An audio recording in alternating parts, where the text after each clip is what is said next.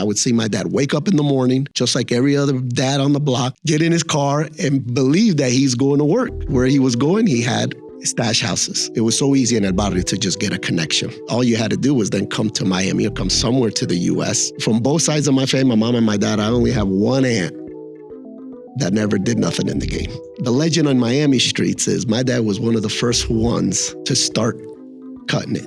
There's a saying in El Barrio where they say, where many are born, but few are raised. Christian Carmona was born and raised in the Medellin cartel. His father was an early pioneer in the Colombian drug trade. He was raised in the infamous Barrio Antioquia neighborhood of Medellin, Colombia, the breeding ground for Colombian narcos. He brought Christian and his siblings to the United States when they were just children in the 1970s and built a cocaine dynasty that would last until Christian went to prison in the early 2000s. You can read all about his family crime saga in Christian's new book, Zeal, available anywhere you get books. You're gonna love this episode, you guys. An inside look at a drug-dealing dynasty. It's Christian Carmona, right here on The Connect with Johnny Mitchell. Yeah, man, I mean, Medellin is like, it's certain areas you're like, am I in Europe? Like, it feels like you're in Spain or something like that, you know? Yeah. Just too goddamn hilly for me. That's the only problem. Yeah, right. Sometimes it's too built into the mountains. Colombians love their fincas, you know? Yeah. I like to be able to walk around, you know, but Bogota is too cold, so I guess I'll just stay in America. Was it Cartagena or Barranquilla too? I've been all over the place. I've been to Cartagena, Santa Marta, Cali. We were there last year filming some Valle de Cauca, you know, Bogota. I've been to like Armenia, Pereira. I know Colombia pretty well. Sheesh. Yeah. So, well, Christian, thank you for sitting down with me, man. This is exciting. I always love talking about Colombian cartels. I don't think they get enough shine in these days of the Mexicans causing all of the chaos, all of the TikTok videos. You're born in Medellin, Colombia. Yep. Tell us about the area in Medellin, because this is near and dear to my heart. Yeah. Well, I was born in Barrio Antioquia. That's right. Medellin. Left there when I was 5 years old, but I was born there. My family, both my mom, my parents, everybody from both sides, my mom and my dad, are from El Barrio Antioquia. Wow. So they're paisas. They go way back. Yeah. We're third, fourth generation paisas. Yeah. And for people that want to know what that barrio is, Barrio Antioquia, it's in the middle of the city. It's where, in one of the earliest videos of the Connect podcast, I was there. I talk about getting escorted in a cab to this area to buy, and I bought, I don't know, dozens of pounds of weed, brickweed. They brought me because I had money to spend, and this was before a lot of the tourists were there, and they brought me into a trap house. And a guy, you know, they're loading up a gun in the living room. One of their buddies of the family, whoever was running this corner, like he was in a wheelchair because he got shot, you know. But they had wholesale coke. Could have bought bricks of coke if I wanted. They had cripa, the good kind of weed, and then they had the brick weed. I mean, this is the trap. They had kids on roofs. This is like Correct. 2 a.m., but they had the walkie-talkies going. The bandanas. That's right. They're riding little bicycles around looking out. And so we went back there just this past fall. We were in Medellin, and it was like a walk down memory lane. We go through this area again, and I recognized it. And broad daylight, there's guys with whistles and walkie-talkies just watching the traffic pass. So tell us a little bit about that. Yeah. And how the area has changed. It's wild. Well, to give you a little bit better history of the area. So I'll take you to Medellin back in the 56. So my grandfather, he's actually from Copacabana, which was back then was like way outside of Medellin. Medellin was slow. But that was an up and coming neighborhood. Bought a house there, meets my grandmother. My grandmother was from there. They buy a house there, establish it. And then like about a year later, the city of Medellin labels that neighborhood becomes a red light district for the area, which that brings in now all the bars, gambling, and most importantly, prostitution. So Barrio Antioquia in the beginning, the 50s and 60s, was known as for gambling and prostitution. Right. My grandmother even ran a couple of prostitution houses. Yeah. She was a madame. Yeah. Wow. Well, I don't know if she was, but she ran a couple. Right. Part of the reason why her and my grandfather was a very stout Catholic fellow. They had 8 children, which of the 8, only I think 4 alive now. They separated. That part of that barrio life, she could never, let's say, leave behind. So she stayed up. So my dad and my uncles grew up in that environment. So that's 50s and 60s. Right. Pretty much, it was just known. You go there for prostitution, Right. for gambling, and for drinking. Right. 70s come now. Mm-hmm. The narco business starts to, the coke business starts to take off. Right. And it was just ridiculous amounts of money now for people who had never seen it. So that hits there, which everybody pretty much probably has heard. This other famous name, which is from El Barrio Antioquia, which is Griselda Blanco. Right. Which my family knows, them really. Yeah, Did they know the Blanco family? Yeah, they used to live right up the street from where they grew up together. She actually originally wasn't from there. She came from another far away, but her family moved to El Barrio, but they kind of grew up together. Wow. And then, of course, legend says, she's the one that put Pablo into the game. So now all this cocaine money is starting to flood into El Barrio.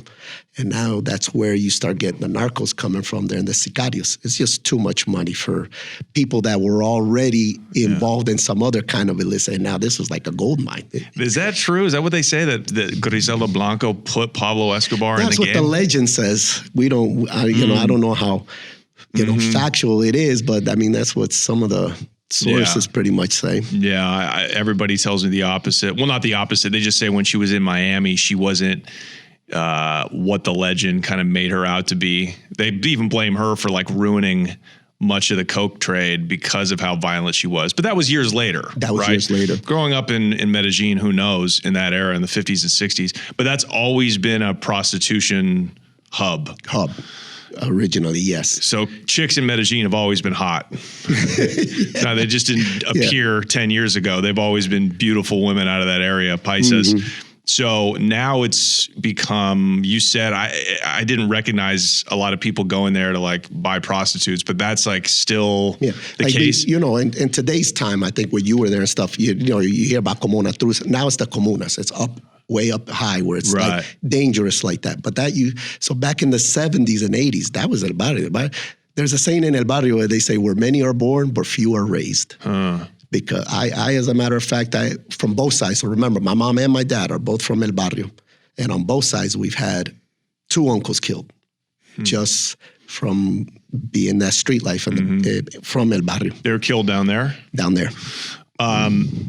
Now it's, Medellin's cleaned up and, everybody in the world's going there.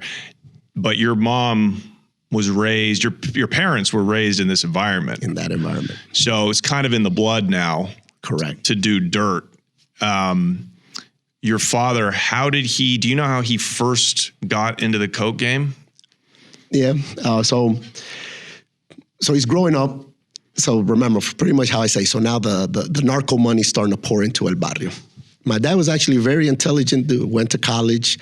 He was considered a genius. He was going to become a mechanical engineer. He was going all in the right place. But when you see your buddy down the street now, came to Miami, made X amount of dollars that quick and stuff. And that's why the title of my book is Zeal. What's your zeal? And that it would just, it flooded the barrio. It was all that money now coming in and people just making that quick. And the move was to go from the barrio in Medellin to get to Miami. And then start moving product from their connects there up into Florida. It was so easy in El Barrio to just get a connection with somebody to provide you product. Right. All you had to do was then come to Miami or come somewhere to the U.S. and build your network. But you think that was more common than being an exporter? Was to be somebody who migrated to the U.S. to distribute it up here? Well, because that's where you'd make that's where the big money is. That's where the big money is. If you stay in Medellin, you're pretty much going to be like a wholesaler in a way. You come here, and you can become a big Right. You triple, quadruple your earnings. Right. So what year did he first come to Miami to start dabbling in coke? Well, I came when I was 5 years, in 82, and he was already here. So it was like about 78, 79. Oh, so he was on the ground floor pretty much. Pretty much. Like I said, this was the new thing that hit that everybody, with that in El Barrio, everybody was like coming here to do, whether it was because the first thing that came was transporters in El Barrio. So they would get the girls who were already prostituting and used to doing that. Now they would pay them. Back then, you didn't get searched. There was no nut. Right. So they would carry drugs in their bra, wherever on them. And that's how it started. And they would just fly to Miami, bring the drugs on them. And so that's how it started, pretty much, as using the prostitutes from El Barrio to. Wow. So now people in El Barrio guys started saying, wait a minute, we can do this. Everybody's coming to El Barrio, taking our women to use them to transporters. You get the connections were easy. It was easy to make. So my dad, and just seeing the amount of money, it was the money. It was the love of the money. So did he organize that? Did he organize mulas, smugglers from the barrio to move product up? He said, well, I'd rather let me go to Miami and set my own thing up. And then I could have my own mulas bringing it for me, and I'll set things up in Miami and pretty much take it from there, because the money's in the retail end of it. Well, who are his connects then in Colombia? Well, who's supplying him? There, I can't say back in the 80s or 90s, but usually the majority was probably, it was all coming up. And you'd have to say, I don't know if it was through Zeal or Bob, but it was all coming up together, but I don't know exactly. Yeah, like which members of the Medellin Federation was he dealing with? Mostly, being from El Barrio and stuff like that, people who knew Griselda, who worked with Griselda. Okay, so Griselda was shipping product. She was the connect. Yeah. Back then, actually, the Sundays, I think she was up in New York. Right, already. She started in New York, right. And stuff like that. And then when she came down to and just bring people. And then Rafa. Rafa from the Cocaine Cowboys. So I assume that because he was known as like the first guy to open up Miami from the Colombian end. Is that a connection that your dad dealt with? From what I've understood, a couple of them, yes. Yes. So he would essentially. Yeah, all the product is basically, it's like a union. Everybody puts in their pieces, exactly. And they're going to go to whoever their connects or their buyers are, their distributors, like your dad. Correct. In Florida. Exactly. They'd get together, the guys in Miami, and say, hey, I got a load coming. How many, hey, put me in for 10, I'll get 20, I'll get 30. And when it gets here, then, each one of them. And it was at. Wow, so everybody puts in money. Wow. Everybody puts in money for however much they want, and then that load would get brought. But Coke in the 79, 80 was so expensive still. Like even in Miami, I think it was probably 35 wholesale a key. I know. And can you imagine back then, like that's why it's so much money. How does that not corrupt the most moral? Yeah, obviously. Pablo Escobar went to law school, So you come to Miami so he moves you guys, he's moving product. So he sets up Operation Miami. So now he leaves us down there with an aunt of ours. So me and my brother Barrio. So my brother's about 10 years old. I'm 5 years old. So now we moved to Florida now. We have a house, we have everything. Is your mom helping him out? From what I want to believe not, but it looks like, most likely she was, helping you could see it online and stuff, probably like helping launder and get the money back to Colombia and stuff. But okay, so that was the move, was to ship the money back to Colombia, even for your family. That people always think about, like, okay, there's the game of trying to get it here, and then sometimes it's even harder when you get all that cash and get it back to Colombia. Right. Was your dad were you guys buying property and laundering it in businesses in Colombia? Not in Colombia. He was actually buying properties here. Oh, wow. But you said shipping money back to Colombia. So what does that mean? Well, to pay for whoever the whoever was the shipper of whatever. How would a guy get money back in 1980? Same way as they brought it, using mules people. Really? Yeah, back then there was no frisking. There was no detectors. There was no nothing. So you could send back like hundreds of thousands on a couple of chicks? I myself, one time, this is when I was about 16, 17 years old. They called in a favor for the family. So I was 16. Remember, I'm legit, I'm a U.S. citizen, things like that. And so my dad wasn't out yet, nothing like that, but they did call in a favor, and I ended up they gave me a special pair of pants that had about $90,000 within the pants for me to bring down to Colombia.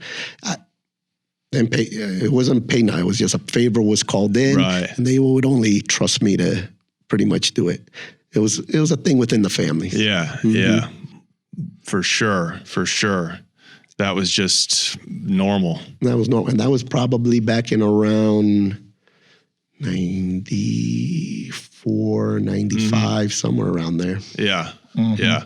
So by the time that you and your brother were moved up to Miami, was your dad already rich? Was he already a millionaire? Now, this is what sets him apart from everybody. He always kept a very low profile. We never lived like in a lavish mansion or anything like that. We were in the white American suburbs. Right. What part of Miami? Well, mostly Broward County. We would mostly all over Hollywood, Pembroke Pines, Sunrise. We would move about every year. Okay. Every year we would move. Now, John, this is what you need. One thing you got to understand about my story. I didn't know none of this until my father gets busted. Right. I'm in 13 years old. I'm thinking my dad is just like every other dad on the block. Yeah. He's waking up every morning, putting on a suit, has a business card. He's had Venezuelan papers. Back then, remember, Venezuela was, you wanted to be Venezuelan. Right. Back then, you never wanted to say you're Colombian. Yeah. Back in those days, I mean, that was like an immediate red flag. That's why my dad never wanted to live in areas where Colombians live. He never went to like any kind of festivals or Colombian restaurants or nothing like that. Yeah. He Americanized me and my brother to the fullest. Yeah. I mean, instead of soccer, it's football, basketball, all this other stuff assimilates. So me growing up, I would see my dad wake up in the morning, just like every other dad on the block. Yeah. Get in his car and believe that he's going to work and come back at 5 o'clock. Where he was going, he had other apartments. Right. Stash houses. Oh. So he had one apartment where he stashed the money and one apartment where he would stash the dope. And that's where he would go spend. And he would show the neighbors, and we'd go to the picnics and the barbecues. Wow. And all of this stuff. Yeah, that's the smartest way to do it. But we never lived like normal little cars. Yeah. A Chevy Cavalier. He would drive like a Ford F-150. Just like a normal. And his business was exporting construction equipment to Venezuela. So what he would tell the neighbors and everybody is that he'd buy used construction equipment here in the States and ship it to Venezuela for construction projects. Right. And so he was likely putting the money into construction equipment and sending that back, right? Correct. Right. Correct. And then did he have, I know you were a little kid, but just, through the years, did you ever learn what his routes were to bring the product into the States? No, back then, no. Yeah. Not necessarily. But back then, it was that was pretty much how, like strapped on people, the mules, pretty much using the mules. And then, but by then, you had then the big loads, started coming in. And then you just had to have the connect to, hey, the big load came in, go pick up your 10 or go pick up your 20. Right. So do you think he kind of stayed at that level where he's just moving like 20 birds at a time? The legend on Miami streets is my dad was one of the first ones. I don't know how true this one is, but this is what people have told me, to start cutting it. Huh. But at a very, very good, so let's say he'd get it 80 to 90% pure from Colombia. But his cut would still leave it anywhere between 60 to 70% pure. So he always thought, wait a minute. I don't got to risk as much money. I'll order 10, and from that 10, I'll get 20. And then he would set up his own people. he'd have his 5 street level in each city, and each thing that he himself would, however they needed, and then they would. So, but it was one big enterprise that was Miami, Atlanta, and Portland. Right. Okay. So he had people on the street by the time you were moved up there. All people from El Barrio. Wow. Everybody from that neighborhood. Everybody from that neighborhood. Wow. You had to. You want to know how you keep them quiet because you know the families. Sure. So if they do something, we know where your mom lives, we know your aunt lives, your kids live. Yes. Right. Correct. And you were saying that Pablo. Not just Pablo, but if you needed a sicario, you would go to that neighborhood. You would go in Medellin. Back in the 70s and 80s, yes. Wow. Wow. So you guys are living like this, like American dream life, and your dad's living, in disguise. So he sets up a market in Portland, Oregon, where I'm from, which is so random. So random, yeah. I mean, most people don't even know where that is, especially back then. It was just like a tiny little, kind of a growing city, but like no Latinos to speak of. Like, what was that about? Why did he choose? Well, first of all, why did he choose to leave Miami or to expand beyond Miami, and why Portland? Okay, great question. So, everybody knows Miami of the 80s, cocaine cowboy area now, right? Miami is hot. It's hot. And once again, I'll have to reiterate, my dad was never the violent individual. He was always opposed to it.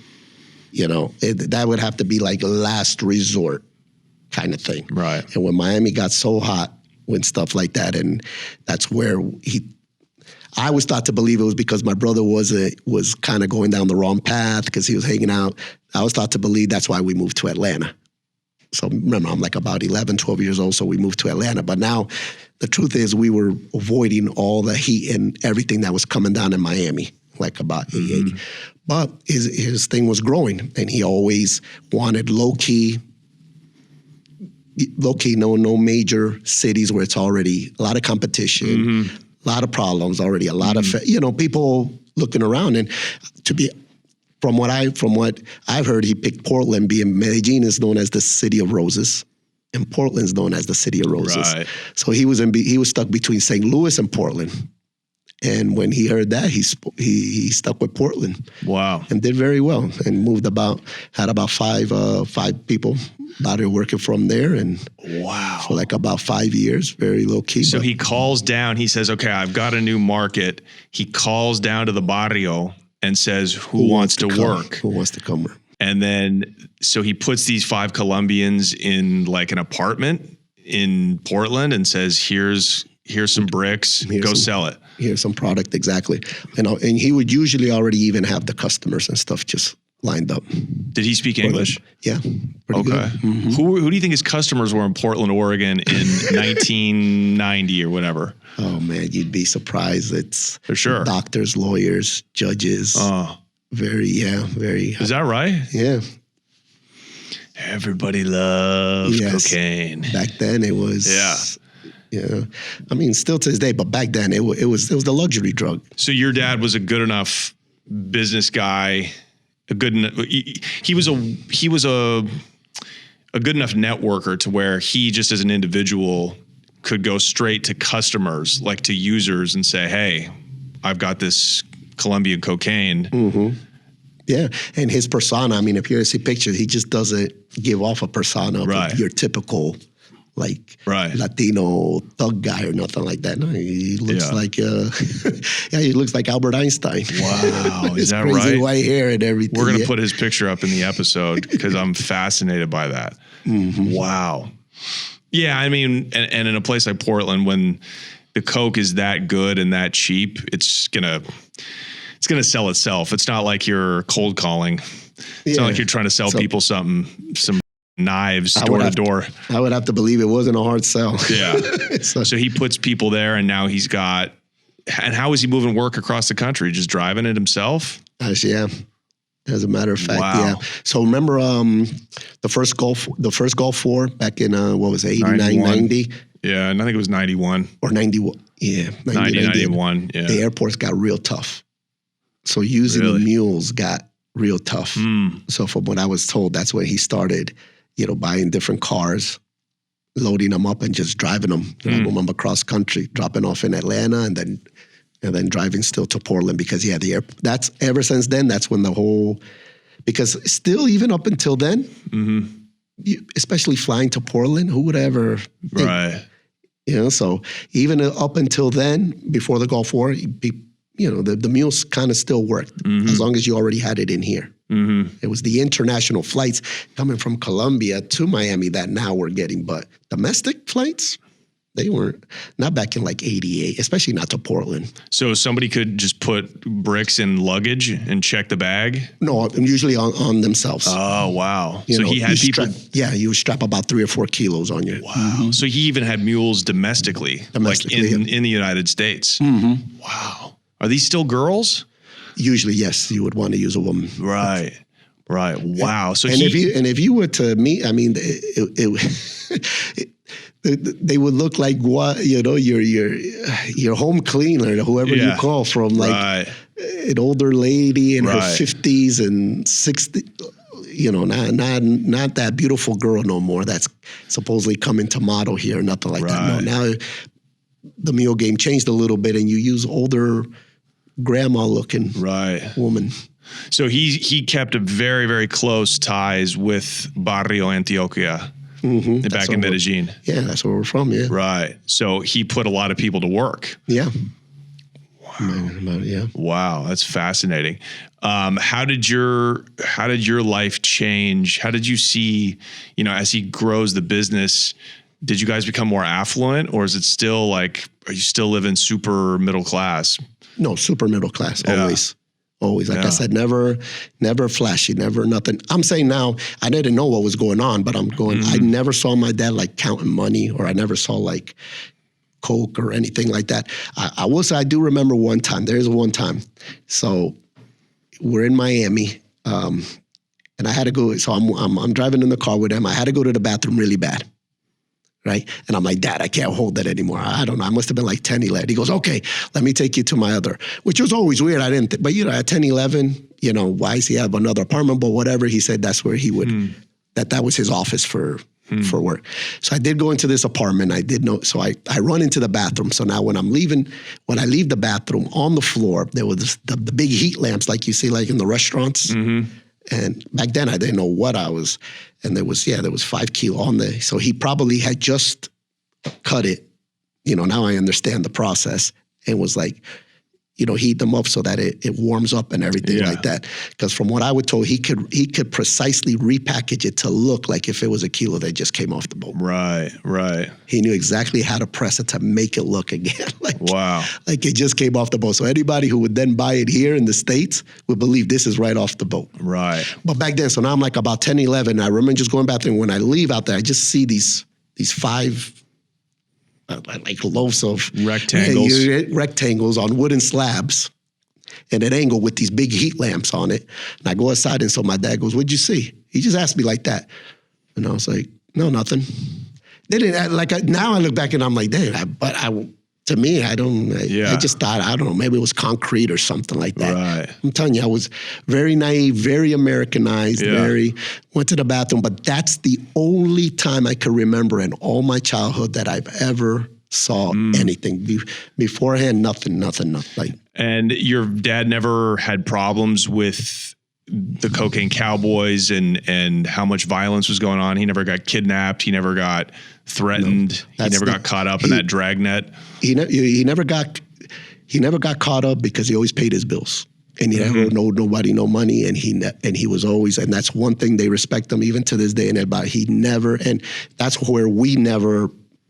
Me and my brother and my mom we've never received a threat. We've never received even. My dad was, like I said, so anti, because all I would do is bring heat. So that even if somebody else messed up, he'd be like, I'll pay his, yo le pago la duda a él. Wow. We don't work with him no more. Right. But sometimes the other people, that's not how they work. Right. So who are his connects? I got to know this. Who is he picking up coke from, or if in Medellin, or was he getting middlemanned? Like, was he getting middlemaned by dealers in the barrio that were getting it from, the Ochoas or the Escobars or the Gachas? Correct. Most, I would have to assume back in those days, it's probably them, because that's usually where it would all. So was he getting his blow directly from those guys? Like, what would one of those groups? When one of those when one of those shipments would come in and it would, como se dice, coronamos. That means we made it. It got in, right? And then it would be here in Miami. Then it'd be like, hey, how many did you say? Okay, so he was directly tied in with those guys, the heads of the Medellin cartel. Yes. Okay. And then how did I wouldn't? He would. This is the one thing. Like I said, he's still in a very vow of silence. Even me doing this book right now. Well, we got to talk about something. So even me doing this book right now, he's greenlit certain things, but he's just always like, you don't commit a crime and then go tell. He's always, but at the end of the day, it's the life that you didn't choose to live. Mm-hmm. So go ahead and tell your story. After 30 years, he pretty much greenlit me now, yes, to be able to talk about certain aspects of that life. Okay, so did Escobar's killing, or when the Medellin cartel really started to fragment in the early 90s, like, did that affect the supply, or did it affect how your dad did business? No. He didn't have to get he didn't have to start working with, Mexicans or other suppliers. Most suppliers likely. from Cali. Yeah. Did he work with suppliers from Cali? Oh man. During the war, even between Cali and Medellin? So wow, that's betrayal. I would have done it too. Business is business. Like, I need my work. It's not his fault, right? That these Medellin guys are up really bad. Correct. Like, they slit their own throats, and Pablo is the biggest one who's guilty of taking them down, in my opinion. Yeah. So remember, these are two families from the barrio, right? And I do have there's a family member in my family that it was weird because in the family, so you have Medellin and Cali, and she went to work for Cali. Really? In New York, yes. So I would have to. You're spot on, Johnny. So I think when things got too heated with me, because remember, my dad actually went down before Pablo got. He went down 91. Pablo gets killed in 93. Right. But by then the heat was like, it was on. The heat was already crazy. It was already crazy. So you had an aunt that was in the game. I could tell you this much, Johnny, from both sides of my family, my mom and my dad, I only have one aunt that never did nothing in the game. Wow. One aunt that pretty much helped raise me, here when my dad went down. So you had a lot of women in your family that were involved in the business. Yes. How so mostly? Was it mostly on that end, the Colombian end, or the American end? Go into that a little bit. Mostly on the American end, because back then everybody was pretty much here now. Okay. Trafficking, yeah. Wow. So the whole family started to migrate. Even the extended family started to come to the States to move coke. Yeah. That's crazy. Where in New York, you said, or there? I'm sure New Jersey. That's where all the Colombians. Cali controlled New York, right? Back at, and Medellin had Miami, right? And like you said, Miami's catching all that heat and stuff. And I'd have to believe my dad probably then reached out to my other aunt who had the Cali connect to continue. You think your aunt was a bigger dealer than your father? Could have been, yes. Wow. Would she be known in history if you said her name? No, just another anonymous Colombian. Yeah. So she was probably working with one of the godfathers. I can't remember his name. Who was set up in New York. If you watch Narcos. Colombia season 3. There's Pacho Herrera. Pacho Herrera was a gay one. The other one, but that's who she was. She was dealing with Pacho. Wow. Right under him, yeah. Of course, she was dealing with the gay one. They chatted, did each other's, and that's the worst part, because he's the one that had the biggest problem with Medellin at the time. Oh, really? Yeah. Is that right? So I imagine in the family, he had I forgot, it was over one of the sicarios from one did one to the other, and started this one big thing.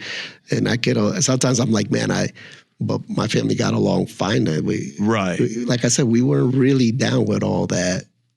Well, because you guys were in the States. So in the United States, besides Miami during that one period, other than that, it's just open market. Yeah. Blow gets here, you sell blow. Like there's no, correct. There doesn't need to be a lot of street violence, politics. Yeah, you're right about that. Yeah. Wow. So your aunt was a player. Is she still in the game or not still in the game? Is she still alive? Yeah. Tired of Medellin. Wow. Do you have people in your family that got away with it that you think either retired or went on the run and they're back in Colombia and they never caught a case in the U.S.? 3. But out of 20 though, only 3. Oh, wow. 20 members of your family. Yeah. So a bunch of people went to prison. Yeah. That's why, like I said, in my case, that's why they didn't let me into the Fed system. The DA left me in the Broward County jail.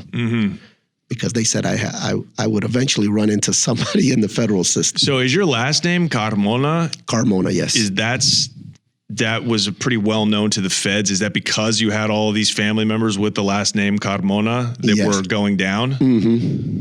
Wow. This is really different. Yeah. Never really heard a story about all of these Colombians migrating. Would you call your family educated back there? Like your father obviously was a smart guy. Was going to school. My father. Everybody else was your typical barrio education, maybe until like middle school. You know, they're too poor sometimes, so there was no money to send them to universities or college or something like that. And once again, all that money just. Okay, so your family is pretty hood. I wouldn't consider middle school education very educated. It wasn't like the Ochoas or something. Correct. Okay. Where they already came from money. Right. Exactly. Okay. So everybody's getting it. Do you think people sent money back there? You think they got away with a lot of money too? Yeah, some of them, I mean, they live comfortably, not to say lavishly. Right. But they're set. Yeah, but they're comfortably and one thing I can say, they've all changed their ways. You know, it's past. We're talking. It's in the past now, and it's definitely not now. Now it's a whole different. Yeah. A lot of Colombians got away with a lot of money though. You know, like I think they saw what was going on. Like a lot of business people saw it. They were like, "What is this magical white dust?" It kind of feels good, but it doesn't last very long. Like, what the is this? But they're paying. Like, I imagine to them it was like a sign from God. They were like this lottery ticket. That's what it is. And a lot of people got into it. And I know personally we had Luis Navia on here, and he used to do logistics for a lot of the people in Medellin, a lot of the families from that area to move their product. And he said he knew families that would just move like 30 keys a month. And they did that for 20 years, and they're sitting on $500 million now. And you've never heard of them, right? So you only heard about the guys that got caught. Correct. So what year did your father eventually get arrested, and where? In February 1991 in Portland, Oregon. Wow. Okay. So he went down in Portland in the indictment. That's where they made the indictment. That's where they made the indictment. Shit. Okay. And tell us about that indictment. What was he accused of? You know, what did they have on him? Running a criminal enterprise. So he had a CCE charge on him? From Miami, Atlanta to Portland. All of that. I mean, they raided about 5 stash houses and things. So good thing at that moment in time, because you could see it on the internet, but it wasn't like it was. Well, it was good that at that moment in time it wasn't too many large amounts, but I mean, I think they confiscated in all like 30,000 cash in the 5 houses and like about, I think like 30,000 grams or something like that. I think the indictment. So, but the investigation was like almost a year long, so they had a whole bunch of other, prior everything. So he got arrested. In Portland? In Portland. Huh. And then your mother actually ended up getting arrested as well. My mother, just ironies of life, man. And one thing you don't do, right? And in that business is, bring your wife along. And my mom never participated in none of that stuff. And it just happened to be at that instance, right? So I remember this is actually a story in the book. We're in Atlanta. My dad senses the heat. My dad, he had never before in like his 10 years, never got in any popped or anything for like a small amount. Never got raided. Nothing like that. He did get a couple of DUIs. Sure. Right? Rite of passage. Yeah. Back then, the DUI was nothing. And he would just go, Colombia, change the name, come back through Mexico. With a fake ID? Yeah, come back with a whole another identity, come back through Mexico. Right? Oh, my God. Hilarious. So, but there's signs that something's not right. So his plan, because I remember him telling my mom, he says, hey, come with me to Portland. He always wanted to go to Hawaii. Then from Portland, let me kind of leave things good there because I'm going to disappear for a while. We'll go to Hawaii, kind of like a honeymoon kind of thing, couples kind of thing, because then he was going to disappear for probably like 2 or 3 months, how he occasionally did, right? And of course, if the feds were already following him, they probably caught wind of that. They said, we got to get him now before he disappears again. And that's how my mom got caught in Portland. Oh, because she was just with him at the time. She was just with him at the time. What kind of evidence did they have on her, though? They accused her of money laundering, that they had ledgers and proof that she was the one responsible for sending money back to Colombia and things like that. Mm-hmm. Have you talked to her? Like, these days, does she kind of admit that she was doing that? Have you ever talked to her about that? Oh, yeah. We all know, everybody knows deep down in their hearts. So my mom gets she gets released out on bond. Mm-hmm. And this is one of the sad parts. She gets released out on bond, and what she should have done and what the protocol was to get out of Dodge, go to Colombia, disappear.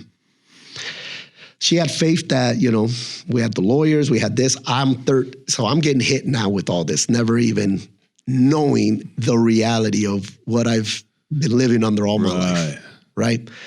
I want to believe that my mom's innocent too. So she tells me, Mijo, come back with me to Colombia. We'll be good in Colombia. You have the best schools. Remember, I'm Americanized now, though. Mm-hmm. I've been here since I was 5 years old. I'm American. I don't want to go to Colombia. I have nothing to do in Colombia. So I guess as a love for a mother, and then maybe her reviewing the case, thinking she could win it. Mm-hmm. And she shows up to the trial. So she took him to trial. Yeah, so she shows up to the court case. Right. And to the trial and gets 12 years. So she took it to trial, was found guilty. And found guilty. And your dad, did he plea out, or did he also fight his case? Yeah, so he, in the middle of the trial, my dad did a deal, was supposed to do a deal that he would take all responsibility on himself. He would plea out, but they needed to release her. That was part of the deal. And that's the deal that the FBI didn't keep. Wow. How is that possible? What an ass lawyer. Yeah. You got to get it in writing. Who knows? Yeah, that's what I'm saying. We're talking, this is now at about 92, somewhere around there.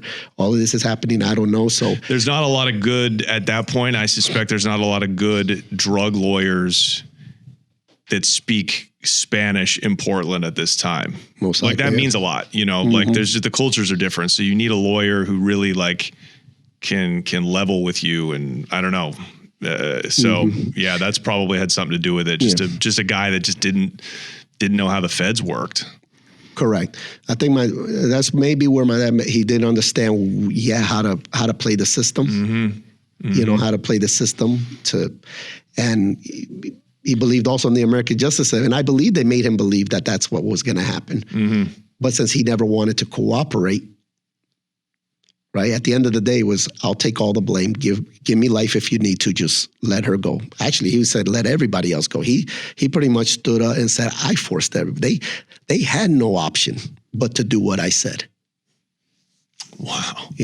This talk about his workers too. And the workers, everybody. He's like, I'll take the blame for everything. And he goes, and the blame is mine. They had no option. If not, this is where he would supposedly use their families or something would happen. So they really have no options. Please, let her go, let them all go, and I'll take the blame for everything, hoping that doing that testimony, they were gonna, but they still gave her 12 years. Wow. What kind of evidence did they have? They said they ledgers and things that they found when they raided, because when they went in Portland, it wasn't just Portland, then they raided places in Atlanta, then they raided places in Miami. And stuff. So how many people, how many stash spots? I mean, it sounds like dozens of different. Oh, it's got to be at least, probably, I'd have to say at least 12. It's at least always 4 or 5 in each city. Wow. So he's got like. But the ones in Portland, the 5 that they did in Portland, that's where they I think it was like 10,000 grams of and like almost 30,000 cash. Did they get his workers to flip on him? Because he's got a lot of workers. Nobody flipped. Oh, damn. Nobody flipped. Because we're all from El Barrio, and you just don't do that. Right. So what evidence did they have on him? Would they have wiretaps? Yeah, wiretaps and recordings and stuff like that. I see. So your mom was basically, sounds like she was in charge. She was basically working with your dad in getting the money back to Colombia, the re-up money. Well, she claimed she had a house cleaning job, but I mean, like I said, we didn't leave lavishly, but even her house cleaning job couldn't afford. Her thing was saying, hey, how am I not going to accept money from the father of my kids? Right. It does, to me, I'm not going to question him where the money comes from. But if somebody shows up and say, here's money, take care of my kids, of course, and it's enough money where I don't have to work, how is that criminal? Right. So that must have been devastating. You lose both your parents. At one, and you're a teenager now? Yeah, I'm about 13. Huh. So who do you go to live with? My brother. So I have my older brother. Okay. Where's he at? So we're in Atlanta when this happens. So they go to Portland, and our thing is that they were going to go on that, honeymoon kind of to Hawaii, and then my mom would come back. So I'm with my brother. We're in Atlanta, and then we just get that phone call. I remember at like the middle of the night. When my brother picks it up, of course, and my brother's like, hey, you got to get a week's worth of clothes. We can't stay here. So my brother's 19 and he knows now. He ain't as young as me, so he already knows. Is he in the game now? Is he helping out your dad, or is he moving product on his own? Not really. No, he didn't really need to. There's enough money. Yeah, I mean, he didn't really need to. I don't know if he would have wanted to. I don't know, or even if my dad would have let him. I don't know. Okay. But he does know more of what's going on and the reality of everything. So we pack up and we go to a hotel, and I'm just wondering what's going on, what's happening here. So you didn't see your parents basically. Ever since that, I never saw my dad for another 22 years. Yeah, and your mom for. My mom got out in. Yeah, I used to go visit my mom all the time when she was locked up. Yeah. Okay. Because she got out in 2003 and my dad got out in 2008. So then you guys, where do you end up living? So my brother gets me, we're in Atlanta. So then from there we shoot back to Miami because this is where we have more family members and things at that moment in time. So I go to live with my brother, and then what I mentioned earlier, then probably a couple of months later, that's when my brother gets popped for that aggravated case on a Leo. Okay, so he's gone, and you're like 13 or 14 years old. So now I'm 13 or 14. Because he's away doing time. So then what happens? So then I go live with that one aunt who never got tainted by anything in this business. And her husband, they take me in. And I finally have a stable. They were never involved in anything. Wow. What happened to be my dad's sister. So, and it's funny, we would always see the white van outside the house though. So they were following you guys. Yeah, they would all. Wow. They said, like, it's just crazy. They spent all those resources, they put your dad away, and they're still trying to get the family. They're trying to twist your arm because he wouldn't tell. Because he wouldn't talk. Wow. And they're just trying to, who else? So now my brother's in jail, takes it to trial also. Remember, he says, we didn't even know he was a cop. This is like personal defense. If a guy, I'm fighting. You got in a fight with a cop, an undercover cop. An undercover cop. Right. Yeah. Okay. That then later we find out it's an undercover cop. Yeah. And stuff. So they give him 5 years, Florida state time. Right. And out of the 5 years, he does 3 years in Brevard. So then what do you graduate from high school? So now I'm living with finally a stable home. Yes, I graduate from high school. I'm 18 years old. By this time, my brother's back. So my brother has served his 3 years, and he gets deported to Colombia. Okay. Wow. So your whole immediate family is gone. What happens to you? Where do you go next? And so now I'm 18. So now I'm of legal age to be tried as certain things. So I'm on the right path, Johnny. I don't want to have nothing to do with it. I've never told my closest friends back then, my girlfriend back then. I never told nobody knew the truth. Nobody. But I would go visit my mom. I would go. She was at one time in New York, Kentucky, and then Tallahassee federal detention. That's when they moved the closest to me, and I would go, periodically and things. But I was ashamed of that, right. That was, but now I'm 18. I start going out, especially in Miami.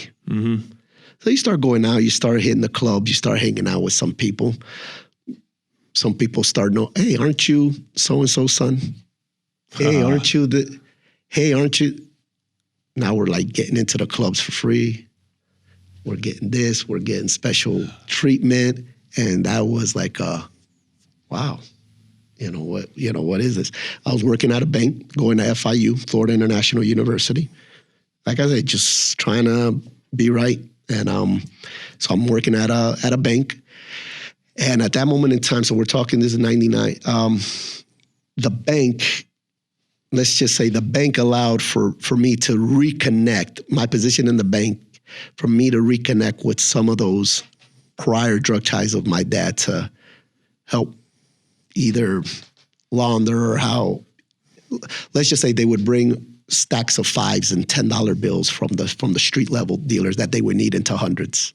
Oh, really? Mm-hmm. And I'd be able to take 20,000 or 30,000 of that and give them 30,000 in hundreds. Wow. So you just change it out. So you're a manager at the bank. Pretty much, almost. I'm like about second in command. My dad's still locked up all this time. Yeah. So you're in the back room at the bank, changing it out, or where would you? Or I would tell the tellers, go ahead and, I'd authorize it. Wow. It's like old school Miami bank money laundering. Yeah, but they would pretend like they were like a detail business, like a car wash detail business or something like, and bring in all these 5s and these 10s. Wow. That's a huge 30,000 in 5s and 10s is a brick. It's a kilo of cash. But remember now, but I'm not getting into nothing. But unfortunately, these people, maybe that went way back. Hey, remember this. Hey, if you ever need, you just feel the pressure now that, oh man, if I don't do this, what, Wow. What could? So you start. You're trying not to, but it's like a gravitational force that's pulling you back when you're trying everything you can not to be, and being in that position. So now, hey, there's safety deposit boxes. Christian, so there's no cameras, you can't, no, in that room, there's no, so wait a minute. So you telling me I can put product in there and be safe? I don't even have to worry about stash out. Who's going to rob the bank at night? Right. Kilos. And so, now they're, and I'm just the guy letting them into their safety deposit box. Wow. To get the product. And they would leave the cash in there. And then I'm also the guy just letting the other guy then to come get the money out the safety deposit box. Holy shit.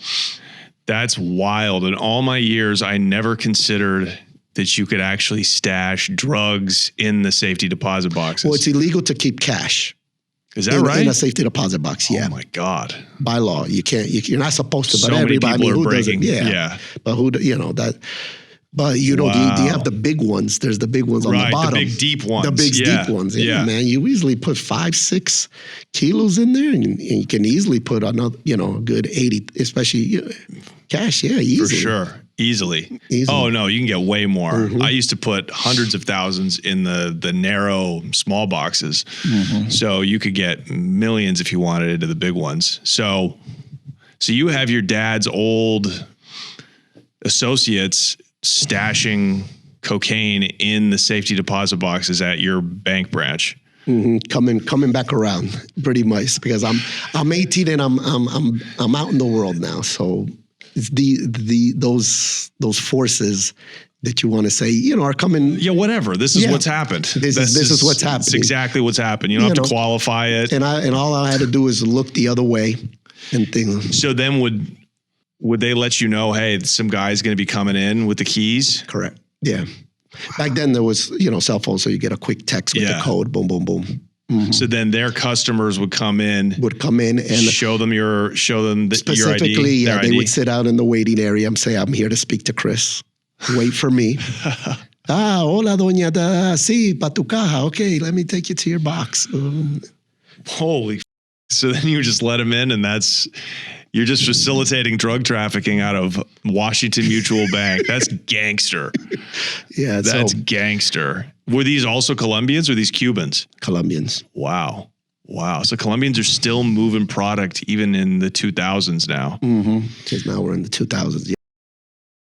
That shit's wild. And you would get paid. You didn't get a little taste for doing this? Yeah, they would. Yeah, they would take care of you. Yeah, they would take anything I needed. Hey, here's 1,000. Here's but I would never ask. Because one thing, then you start owing favor, and you for sure. But you're already doing them a major favor. I'm already kind of, which I guess I should have just said no, but actually none of that's actually in the book per se, but yeah, that's what was going on. So you just basically did it out of loyalty to your father and his old friends, his associates. Yes. Wow. Correct. Wow. Okay. So how long was this going on for? For like about 2 years. Whoa. That's nuts. And you never got called in by like the general manager. He's like, I see you letting a lot of people into the back room. That branch, actually, we went. That branch was in the region when I started working there was the worst branch in number-wise, deposits, everything. After a year of me working there and all these people opening up accounts and depositing money, we became the number 3 branch in the whole state of Florida. For deposit, and your dad's friends are stashing drug money there too. Wow.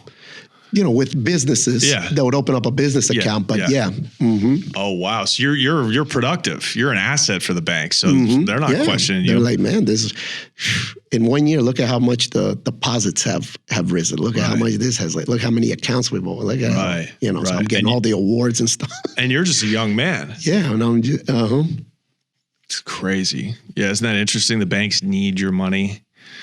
They have all these money laundering laws, but when it dries up, we'll look the other way. Yeah, exactly. They needed to lend it so they could charge interest. So, well, they lend a lot more. I hate to go down a rabbit hole here. They lend a lot more than what's actually in there, which is the cause of all the world's ills. But correct. So you get the liquidity up in that bank. How did they eventually get onto you? And by the way, this whole time are the white vans still following you around? No. Okay. No, by now, no. So they finally let up. Yeah, they finally let up. Okay. Yeah, because if not, I would have. So then, how do you think you got made? Oh, I know. I mean, so in my case, so one of the street level dealers of one of these people who was using the bank gets popped and turns because that's why the business is now. Everybody just snitches, man. It's just not like pop. So of course they say, "Hey, come work for us. What can you do?" Well, I do know this is what's going on, and this is how they're doing it. So he starts ratting on not necessarily me, but what these guys are doing with the bank where I'm kind of facilitating it, right? And then, of course, when they look me up, well, wait a minute, and he's the son of what? Okay, so they say, do you think you can entrap? Well, they probably wouldn't say that word, but do you think you can get him to set him up? To set him up, and they ended up paying him $10,000 to set me up. How did he do that? How did he set you up? So he started showing up at the bank. started just asking me, hey, bro, I got myself in a bind. I know you know some people. I need to buy a key, man. I need to buy a key. I need to flip it real quick so I can make this money and all that. And I used to be like, bro, what are you coming here for? Like, just, stop, Did you think that was super weird? Yeah. To me, it's like, raise alarm bells? Yeah. And I was always like, stop. Like, no, what are you know? No. And you didn't have any connects anyway. You weren't selling drugs. I didn't want to but just sometimes to get them off my, I'd be like, yo, okay, I'll let you know. I'll let you know. And of course he's wearing a wire and I'll just be like, I'll let you know. I'll let you know. And he was always just so persistent, which I didn't really fall for. So one time he tells me to meet him at a Chili's, which is right next to behind where I worked. Mm-hmm. And he says, hey, I'm here at the Chili's with the guy who wants to buy the key. Bro, you need to help me. And I'm like, so I go over there to tell the guy, yo, I'm not the man. Like, I don't know, because he's trying to now force me that they're going to do something to him for he owes people money. That's his story. And all this other stuff. And so I'm like, hold on, let me talk to them. I mean, do they know who I'm a little bravado now because of the people. I'm like, no, they ain't going to do nothing to you. Let me talk to them and I'll make sure they don't do nothing to you. But this transaction ain't going down. Like, I'm not buying you. I show up there, of course, it's an undercover DEA, all this. And when I leave that Chili's, bro, they raided the whole restaurant wow. And from that day on, I got arrested. So they arrested you at the Chili's, not in the bank. Not in the bank. They didn't want to raid the bank. They raided the bank the next day. Oh. Mm-hmm. What did they find? Nothing. Just cash? No, they couldn't go into the. Oh, they didn't have warrants for the boxes. Or nothing. What they did is they questioned all my coworkers, and everybody was like, Christian, no, man, never. Wow, yeah. They were all like, nah, you got the wrong guy. So they were never able to get access to any of the safe deposit boxes. Mm-hmm. And if they did, I don't think there was probably nothing, because nothing ever came up from that, But it was all a setup now. They said, okay, now let's see if the son will talk. Right. And if not, now this is the youngest son. Mm-hmm. The oldest son is, we tried. He's already deported back in Colombia. Right. This is the youngest son. Let's see if now for the love of his youngest son. Right. So they're trying to get your dad to talk to get you out of. To get me out. Mm-hmm. And immediately, about 3 days later after my arrest, they went to visit him and said, bro, do it for your son, man. Where was he doing time at? Peoria in Illinois. Okay. What if this guy that set you up, this guy that was wearing a wire, why didn't he talk about all the accounts in the safe deposit boxes? He probably didn't know all that. Okay, so you lucked out that this wasn't a street level guy. You don't just. Okay, so how did he have a connection? Was he depositing money? How was he involved in the bank? Because he came in, opened up an account, and had an account, and he knew that I would sometimes. He would be like one of the ones that would come in and exchange the money. Right, but he wasn't actually facilitating drugs through it. Okay, okay, thank God, right? Yeah, that's. Oh wow, that you lucked out. Mm-hmm. Okay, so how long? This is wild. You're sitting in jail for years. You did longer as a not guilty, innocent man incarcerated than I did in the state system. Yeah. Now, Johnny, this is so up. Well, this is how it gets wilder. We skipped a very important part. So my brother had gotten deported. Mm-hmm. He actually comes back. Remember, he's Americanized. So he's in Colombia trying to make things happen in the right way. The right way, though. No more, Yeah. But it's just not. Medellin back then was, economy was pretty bad, all this other stuff. And he's Americanized and he misses it here and stuff like that. We've always had the connections to get papers. Gets a Costa Rican passport.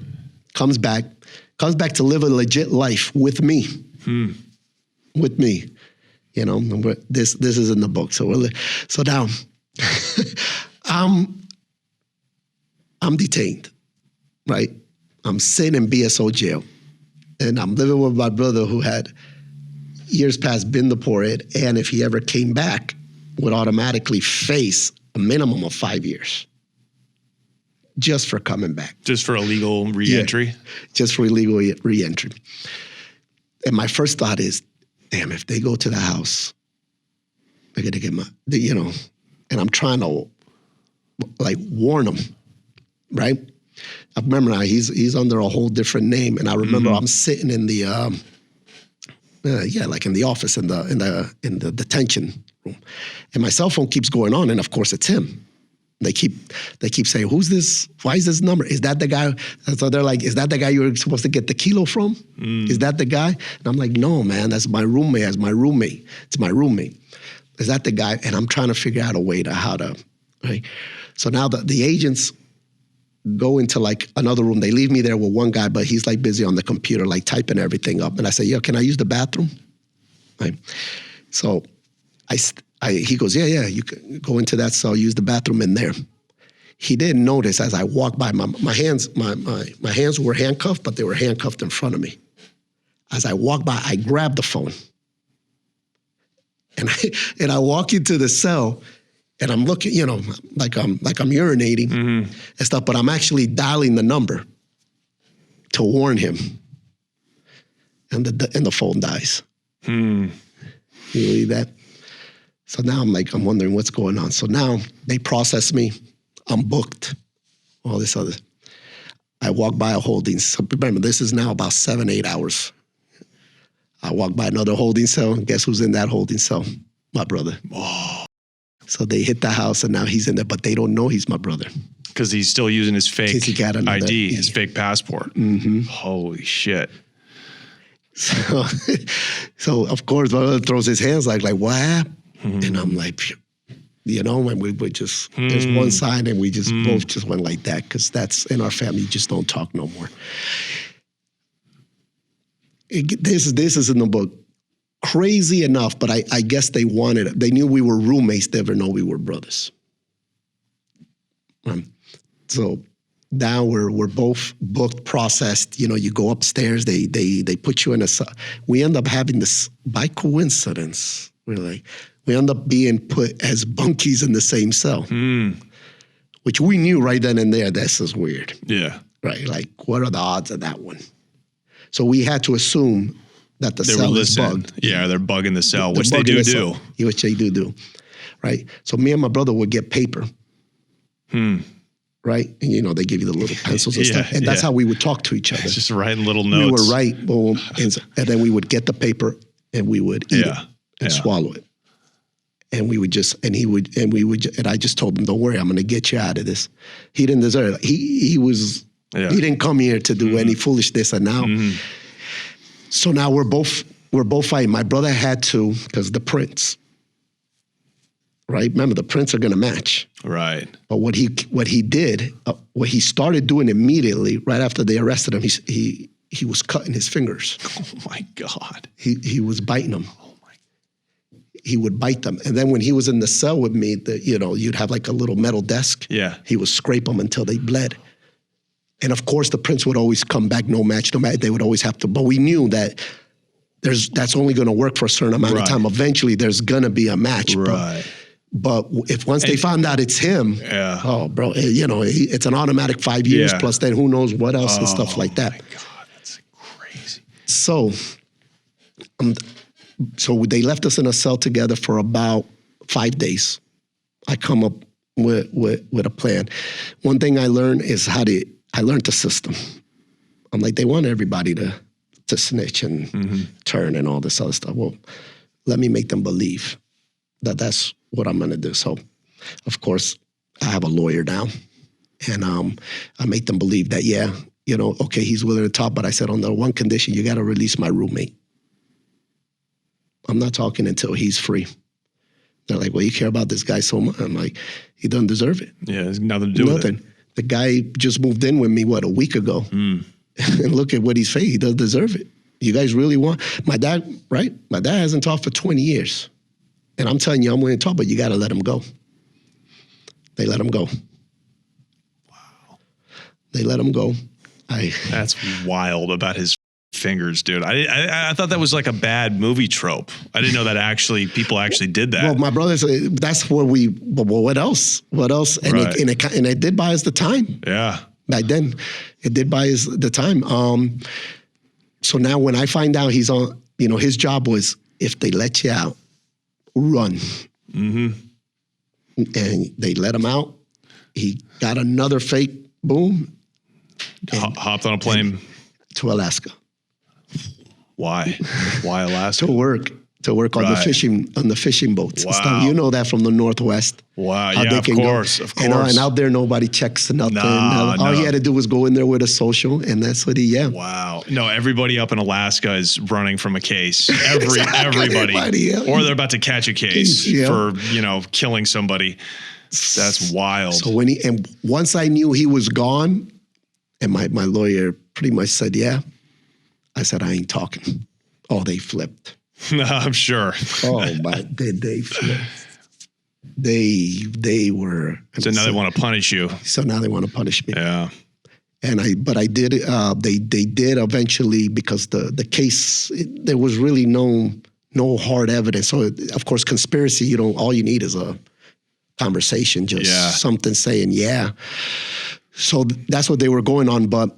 The 45 days for the speedy trial did expire. We put it in, and they were supposed to let me go. So they hadn't charged you? No, they hadn't charged me. I sat in jail for 45 days, exactly, with no formal charges. And is that legal? I suppose that is legal. They have 45 days to hold you. They have up to 45 days with a $2 million bond. And that's why I didn't bond out. Right. $2 million. And now, is that a federal? Explain to people that just can't even comprehend that. Is that a federal statute that they can hold you if it's on a 45-day? Yeah, the speedy trial, yes. So, and state to state, it's different if they're charging you on a state level, right? Correct. Okay. Mm-hmm. Wow. Correct. So the feds can hold an innocent person, because you're innocent until you're proven guilty. Correct. Even if you're guilty as shit, but they have 45 days to where they could just go to work on you, basically. Yeah. Well, they have, exactly, because it's to work for the people like me. So I have a high bond, $2 million. Mm-hmm. I didn't have that money to pay for that. So it's for that. So wait a minute. You can't give a person a high bond and at the same time not press formal charges. If you're giving them a high bond and not press formal charges, after 45 days, he should be, doesn't mean they dropped the case, but released on his own recognizance. I see. That's what ROR is. ROR. Okay. Means. I see. And I did win it by that. It was, I remember my lawyer runs over, he goes, what do you want for dinner tonight? I was like, well, what? I don't even know what happened. Back then I was just learning all the legal jargon of stuff. He's like, because you're going home tonight. I said, what? He goes, yeah, you release ROR. The judge granted it's been the 45 days. They just can't keep you here with no. I go back to the unit. I'm giving away my commissary. I'm telling everybody I'm going home. Nothing. You know those words you want to hear? Carmona, pack it up.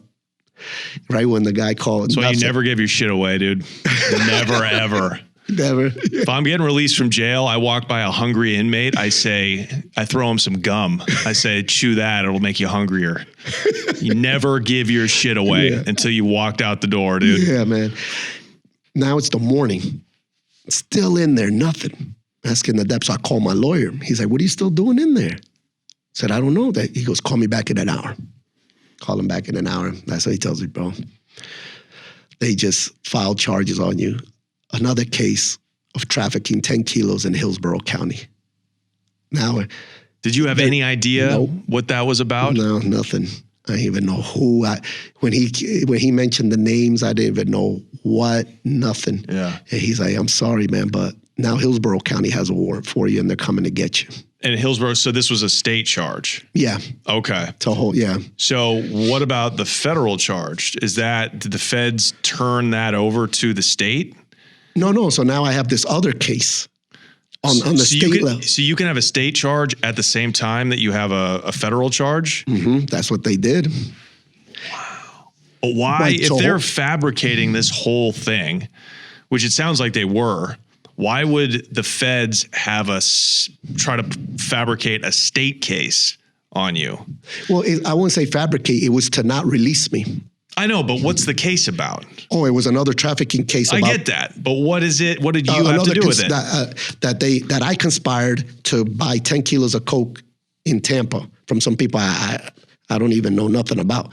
They put me together in some other trafficking case up in Tampa, saying like that I was going to be the one that was going to supply them with that or something. And who was behind that? Who was behind that? Who put your name into that It case? had to be the DEA to hold me. Right. Okay. Because by now, listen to this one now. I see. By now, this is about 9/11 has happened. Uh-huh. Guess what now? My brother got out, but now guess what? The prince hit. And now they found out that my roommate is actually my brother. So now they're even like, forget the coke. Where do you get these papers from? Right. You know, and since I wouldn't talk and since I wouldn't say nothing, they didn't want to release me for nothing. Oh, so this was a tactic because the feds knew that you were going to get ROR'd. Correct. And so this was they called it a favor to the state and said, we can't let this guy out. Put his name in this indictment. Put him in some other indictment. That is so dirty. Mm-hmm. So 3 weeks later, I'm on a van being shipped to Hillsborough County, where I don't know nobody. And you're probably looking at this paperwork like when you get your discovery, since it's completely made up, what evidence do they say they have on you? My lawyer's like, now I got to get you a lawyer in Hillsborough County to represent you on this. And we kept asking for discovery to see what, but they never would furnish it. They'd always say, yeah, we're getting it.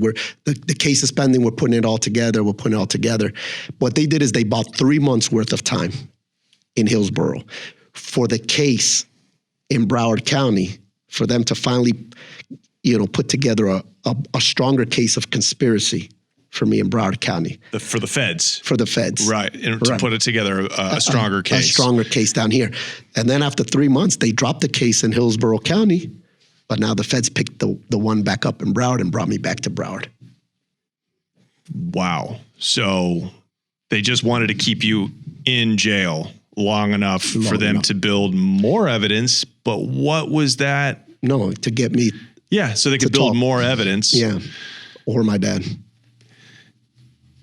When they shipped you back to Broward County, and now the feds, did they drop the state case? Yes. Right. Obviously.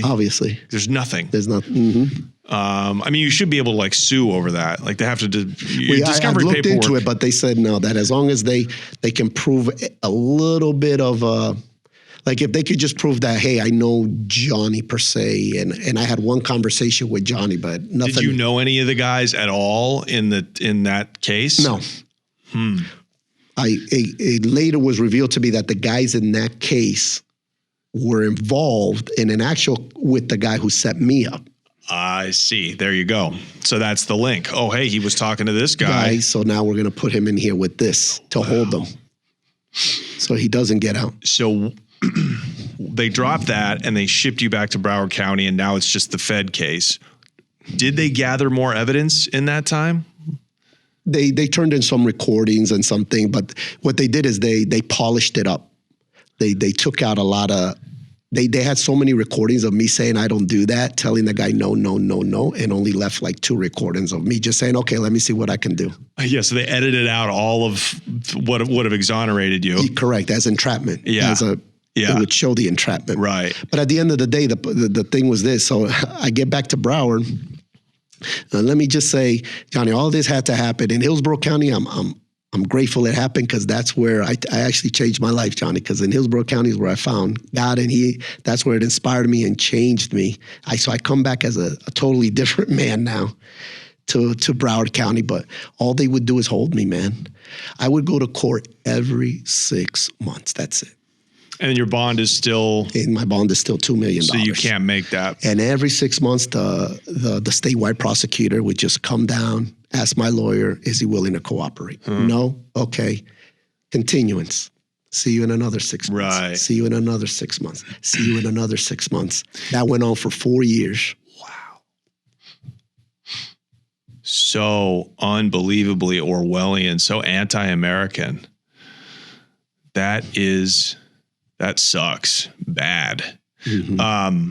Did it cross your mind at all? Like what kind of questions were they asking you when the DEA would actually say, hey, give us some info? Like what do they want you to help them out with? Oh, they would always come with a bunch of pictures and files of people.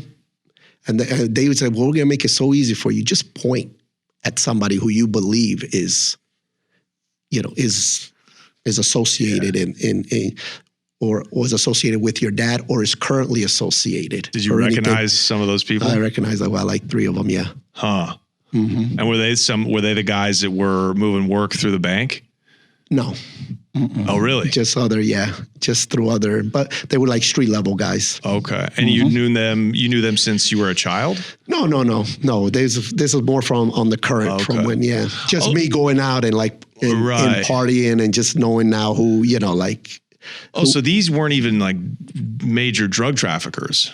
No, I guess these were like little cases that they were like I guess they were trying to start putting together. I see. And, they usually start with the street level people. Yeah. Hopefully those would then take you to right. And I knew some street level just from being in the clubs and the party scene. And you just knew this was the guy like at this club if you needed pills or you needed this or you needed that. And so it had nothing to do with your dad.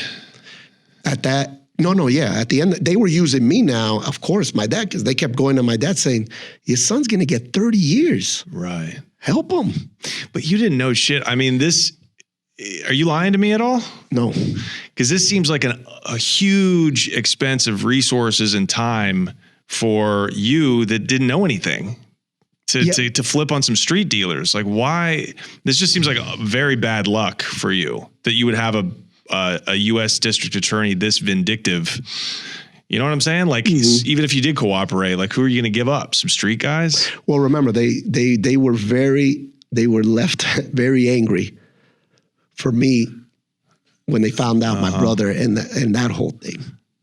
When that whole thing went down, right, and then the matches came back and they found out it was my brother, and now I didn't want to tell about how we get these papers and how we get people back into the country. Maybe they thought you were a human smuggler. Maybe they didn't believe you. Maybe they thought that you actually were, deeper in the game than you actually were. But I mean, these dudes are.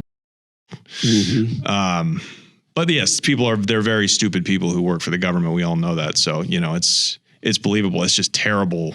Bad luck for you to get a prosecutor like that. And would you put up a fight? Were you like, dude, I'm innocent. Like, I don't have any criminal record. Fight back, dude. Yeah, no, that's what we would, my lawyer would always say, let's go. We're ready for trial. But they would always ask for a continuance. And how long are they legally allowed to do that? To string you along? Like, how many continuances is the government allowed? It went up to almost 4 years until finally, I was in Broward County, they call it rock court because I was facing 30 years minimum mandatory. So I had a judge named Judge Kaplan. He was in a wheelchair.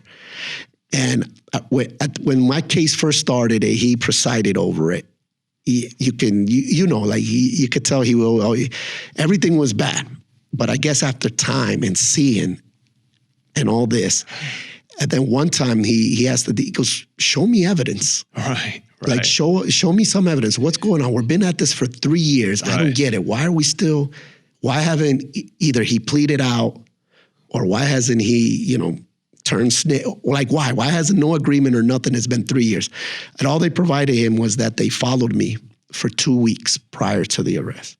And when he looked at them following me, they saw me go to work, come back, go to the gym. Right. Come back, go to Publix, come back. He goes, so what I've been reading here, you followed this guy for 2 weeks. I don't see nothing illegal, nothing even suspicious. Yeah. And one of the DA just said, no, but we have a gut feeling and you got to understand who his father and who all this is and all this. And the guy touched the judge's heart. That judge finally looked at me and said, well, guess what? He looked at them, he says, the law doesn't work with gut feelings. And he said, either we go to trial Monday, you start trial, or you drop this case. And then he gave us some time to, recess for us. Then my lawyer started. Talk it out. And then they still wanted all for me. Oh, we'll take 7 years with 4 years time served. I'm like, what? You're crazy. They're desperate. They need something. Please just take probation. Something. How about probation? How about this? How about that? And I finally said, look, I'm not taking no probation. You're not suspending my license. You're not doing all. And my lawyer's like, man, I don't know if they're going to go for it. And they accepted everything and no prosecuted after 4 years, though. You can gobble my whole though. That's what you guys can do. You can take it all the way down to the balls. So you walk back in after recess and you're in county jail fatigue, right? And they just what do the prosecutors say? We're going to drop it. Yeah, pretty much no process, no contest. Time served. Wow. And that I accepted. Wow. I mean, what a relief. Now, did you feel like, were you worried through that period? Because you had been knowingly engaged in drug trafficking. You're facilitating these dudes coming in and stashing keys and drug money in there. Were you worried that they were going to dig up? Yeah, some of that? I always, you must have been. I always was, yes. I was always thinking, man, and being detained, yes, that was always in the back of my mind that any day now, something's going to, somebody else involved with that's going to get popped and they're going to turn or whatever. But yes, that was always in the back of my mind. Did your attorney know that you had done that? No. Because if he did, I as an attorney would have said, hey, let's just plead to something low now. Because, if that does come to light, it's not like you could say, okay, we'll plead to 7 years. Like, no, we got more evidence on you. Like, we're going to take this and try to bury you. Yeah. And I probably would have done that, but they would never lower the charges or nothing. Right. Never. They would never until finally the judge put that pressure on them and said, either we start trial, and they knew in trial, there was nothing. The bricks that they didn't find, or there were none in the bank when they raided it. How long after the raid, how long before the raid did the last dealer go in there and move the work out? Oh, I don't even, because I'm detained now, so I don't even. No, but they move shit out before you got arrested. When was the last time I probably let somebody in there? Yeah, before you got arrested. When I got arrested, it was a Tuesday, so I'd probably like Friday of the week before. Damn, buddy. Karma was looking out for you, dude. That's crazy. I mean, look, they still, even if they had raided and found the drugs, they would have had to find out who owned the drugs. And then they would have had to get him to flip and say that you let him in. And they would have had to prove that you knew that drugs were going in there. So it's not like it would have been rock solid, but it would have been a lot more that they would have had to work with. Correct. You know what I mean? Did you hear from any of those guys again? No. Did they know what happened to you? Yes. Of course, yeah. Yeah. Everybody, they closed the branch down the next day to interrogate everybody who worked there. Right. But nobody, it was clean. It was clean. They never even. Were you opening up with these people, the bigger dealers who were moving in kilos that your dad knew? Were they opening up these businesses with fake IDs? And stuff like, yeah. Okay. Yeah. Or somebody who, like a family member. Who had papers and things like that. And like I said, they'd open up like a car washing, whatever. Yeah. So I got a business. This is a business account. Yeah. Man, you might have even been able to beat that. See, lawyers love those kind of cases where it's like you got action. Like this is not an open and shut case. Well, your lawyer sounded like he rode with you. Yeah, he was really. Yeah, he was actually really good. Was he a paid attorney or? He was a paid attorney. Okay. He was a former prosecutor, and then he had just turned, and I was his first big case. Wow. Yeah, and I paid him $10,000. The total was 20. Remember, we're talking, this was about 20 years. Total was 20. And he even made the state pay him the rest of the 10 after a while. Yeah. He even said, my client no longer, but I've been working on this case for 3 years. For sure. For sure. Yeah, and the judge granted it, and then the state paid him. I mean, it's not a lot of money, but also he knew he was going to win. So lawyers want to take cases they know they can win because then they got a resume, and with all the name and everything behind it. Right. He actually, became pretty well successful then after. Yeah. Right. After, Did you ever refer any narcos to him? Yeah. People but smaller cases, just smaller, like, I don't know, DUIs and things like that. Right. Right. Hell yeah. So, wow. And that's the whole story. And then shortly after your mom gets out, your mom's released from prison. In 2003. Right. And then she gets deported back to Colombia. Yes. Your father gets released in 2008. In 2008. Gets deported back to Colombia. Your brother What is he doing? Is he up in Alaska this whole time? Yeah. He's dating a polar bear? So he's working on those fishing boats that they go out for 3 or 4 months. Right. Come on, he's been doing that for a while. Happens to be.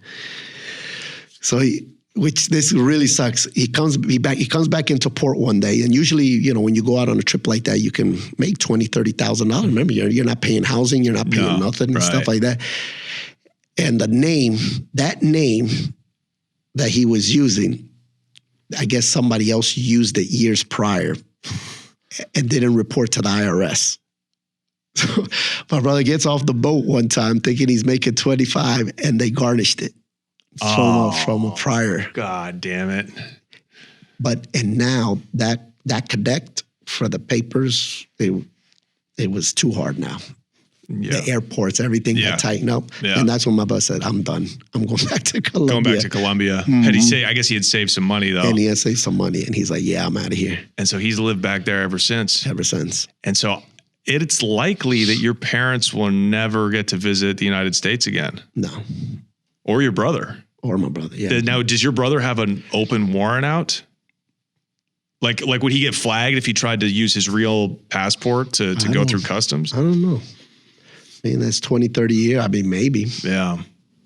That's crazy. How do they feel about that? Like, you must go down and visit them, right? Yeah. Mm-hmm. How do they feel? I mean, Colombia is such a booming place now, especially exactly. Medellin. It's changed, yeah. So do they feel okay? I mean, do they miss home? Or I mean, does your brother miss the U.S.? Do your parents? Or are they glad? My brother no longer now. No, my brother says, he goes, trust me, in Medellin, I don't have nothing to envy no more. Right. To come to the U.S. He's like, no, it's really good down here. He's like, I got 4 girlfriends. I got a wife on the side. Right. Yeah, and he teaches English. So. Oh wow, that's the lick, dude. We've talked to some criminals. I'm talking like Colombian. I just dissolved a guy in acid criminal, and now they're teaching English. I'm like, if you knew who was teaching you English right now. Really, damn. Yeah. Oh, that's crazy. So do you think are they retired, your mom and dad? Yeah. Mm-hmm. Do they own businesses or property? A lot of Colombians own properties. Properties and live off the rent from their properties. Right. Mm-hmm. There's probably some coke money behind that. Maybe. Most guaranteed. Isn't that crazy? Good for Colombia though. I mean, I don't blame them at all, dude. Getting it while it's good. Yeah, but it's definitely it's changed now. It's very different. We don't even want the retail end of it, or just send to Mexico and let them deal with it. Right. So you were saying that the Barrio Antioquia is now become like one of the most booming retail drugs areas of all of Latin America. Mm-hmm. Wow. Being because of all the tourism and everything that's coming to Medellin and things like that. So now it's boom. There's no need to even, for a local narco guy to even risk trying to send things up here no more. Right. So for a mid-level guy, you could just how does a guy get a corner though there? Oh, that's what kind of sucks about it. You kind of got to be grandfathered in. Yeah, you got to be grandfathered or know some very right. It's controlled by higher ups. But who though? Who controls it now? Oh man, I wonder because the old Medellin cartel it doesn't work like that anymore. So I think it's probably the paramilitaries. That's what the whispers there was, that because the old conservative president Uribe, who they tried to put in prison, he lives in Medellin. So I think the right wing paramilitaries are actually the power of the criminal world. Yeah. But yeah, that's nuts. So all the tourists, when they tell a driver, "Hey, amigo, me puedes dar poquito coca?" Where can I find it? Right, and they just shoot to el barrio. Shoot el barrio. Wow, that's crazy. And they go there to get whores too, or that too, if need be. Yeah, hopefully you don't have to go to that barrio to get a hooker. Hopefully she send it, just send her. Yeah, give me the brochure online. Give me the WhatsApp brochure. If you know, you know. Yeah, I don't do that anymore. Don't believe in it. It's the farmer's market now. Yeah, And now there's businesses, and so not just that. You should see what's opened up there, so they can get food, drinks, everything. Just it's like a drive-through. Right, it is. It's a drive-through for all of that. For all of that. Yeah. That's crazy. Well, Christian, man, this has been super fascinating. What a family tale, you know? Yeah. Tell them about Zeal. Tell them where they can get it. Zeal, it launched January 1st. It's available now on Amazon Books. Thank you. It's available in English and Spanish. As you can see from the interview, based on true events, and there's a lot more in the book that we haven't even touched base on here, but cool, man. Well, go out and get Zeal, Christian Carmona. Glad you're free, brother. Yeah, and intend to be, like I said, I've that experience. A lot of people say, man, Christian, based on what you went through, like you should be hating life, and yeah, I would say I grew up with a lot of resentment towards my dad at the beginning, but being that I found my faith in the Lord and He changed me, I've forgiven. It's you don't choose who your parents are going to be. You don't choose it. It's a life that and now I own up to it. Now I'm not saying I'm proud of it or anything like that, but I accept it. And it's the life that we were chosen to live. And if that's what it took for me to find God, then all glory be to Him, man. It's changed my life dramatically. Those 4 years in there. Yeah. That's where I wrote Zeal. Oh, really? Well, you were down. When I was down. Of course. That's where I wrote this one. I've written another book. I've written countless poems and all this other stuff. And wow. So now the fire is lit to release it. And like I said, took a while, but I finally got the green light from the old man to say, okay. Really? Did he have to proofread it? Did he have to? Yeah. Wow. He proofread it. Did he tell you to take anything out?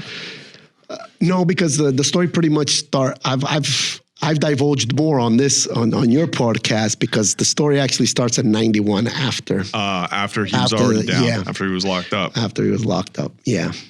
Well, that's what I do on this show. I get you to tell more. I get you to tell. It's a snitching podcast. I make people confess. I make people confess on this show. I don't care. Call me a snitch. This is entertainment, folks. He might say one day, I need to talk to this guy, John. I would love to do an episode. If he's willing to, I'll go down there. We'll do it in Spanish. You know, I'll speak Spanish with him. If he'll give details, maybe it's like when he's about to die. That's when a lot of the old guys are like, all right, let me confess, dude. I murdered a guy with an ice pick because he looked at your mom wrong. Turns out he was just delivering milk. I feel bad about it. Yeah. So I've watched some of your episodes and things like that, but we have a very similar kind of, well, I'm not going to say upbringing, but culture-wise and everything. And well, I grew up pretty white, and I didn't absorb any Latin culture until later. So I always tried to emulate black culture like every white kid back in that era. Yeah. And it wasn't until I started traveling to South America and Colombia that I started to really be like, oh, these guys are cool. They have the hottest chicks and they push narcotics. That's all I wanted. That's all I wanted to do back in the day. So it's pretty dope now that I get to document it. I still can't believe you went to a poblado. And you kind of started pushing a little bit. Yeah, I used to sell coke that I would buy in your Barrio Antioquia. I would buy it wholesale, and then I would go sell it to the tourists at these in El Poblado, which is the richest, most affluent neighborhood in Medellin. I would go to the backpacker hostels that were starting to open up, and all these Europeans and these disgusting Australians. There weren't that many Americans. It was way different. This was like 2008. So we were like just there at the ground floor of when Colombia started to really change. Oh, and that's why they had to take you to El Barrio, because that's when El Barrio was still pretty dangerous. Yeah. That's when it was just becoming that hub, and it was still, you I told locals where I went, and they were like, oh, you shouldn't go there. I was like, no, but they got it though for the low. And they were like, all right. So yeah, but and now it's totally different. I mean, but that's why I kind of feel like very connected to that city. Cause I was there before it became cool. You know what I mean? Yeah. So exactly. I look down on people that go there now. I'm like, you ain't shit, bro. You're just a passport, bro. I'm a real paisa. Christian, dude, so fun. Go pick up Zeal right now, dude. I mean, it's a brand new. He just released it. Go to Amazon. Zeal. That's very easy to remember. Christian Carmona. Thank you so much, sir. No, thank you, Johnny. And thank best you for of the luck plug. and congratulations on the book. No, That's thank you. awesome. All right, you guys. We'll see you next time. Peace out.